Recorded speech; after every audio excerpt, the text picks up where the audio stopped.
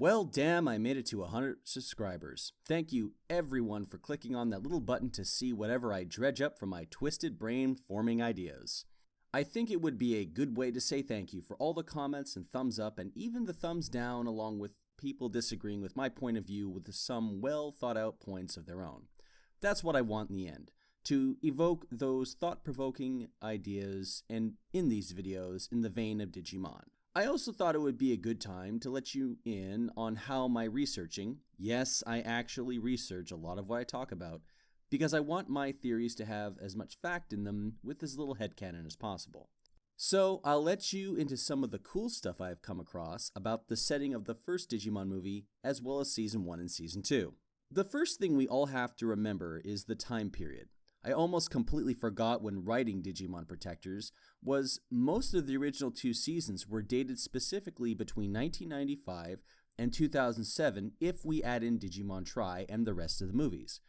Nearly 9 years that dated to this video was between 22 years to a decade ago. This is a huge gap of time, and the era, yes, it was an era, compared to our lives today. I'll paint you a picture. This is a common cell phone of today. Yes, a smartphone. This is a laptop of today and what it's capable of. This was the best-selling video game of 2016. Seems about right. You can kind of guess this. This is what we'd come to expect. Well, this is a laptop circa the 1990s. This was the best-selling game of 1995. Yes, that's right, the Super Nintendo. Pixar just released Toy Story. Yes, Toy Story had just come out. Just think about how insane that is. Tom Hanks, the voice of Woody, did that voice the first time almost 22 years ago, according to this video. Some of you watching Digimon now were probably not even born yet. Want something even more crazy? You know how Daniel Craig brought James Bond back from the dead and then killed it? Well, in the same year as all of Digimon first started, James Bond got brought back from the dead by Pierce Brosnan after nearly 6 years from the last one, who then killed it less than 4 movies later, and we had to wait for Daniel Craig. This isn't just about technology. This is also about what was going on in the world. The Bosnian Civil War just ended, Black Hawk Down was 2 years prior, and the first Gulf War was only 2 years prior to that.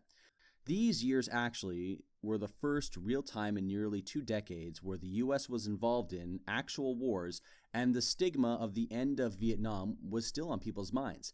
In fact, in 1991, when George H.W. Bush went to war in Iraq the first time, yes, there was actually a first time, he said this will not be another Vietnam, because that war made Americans actually allergic to the idea of going off into conflicts.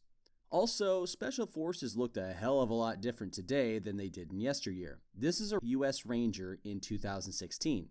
This is a U.S. Ranger from the 1990s. Notice the distinct lack of scopes, lasers, flashlights, and hand grips?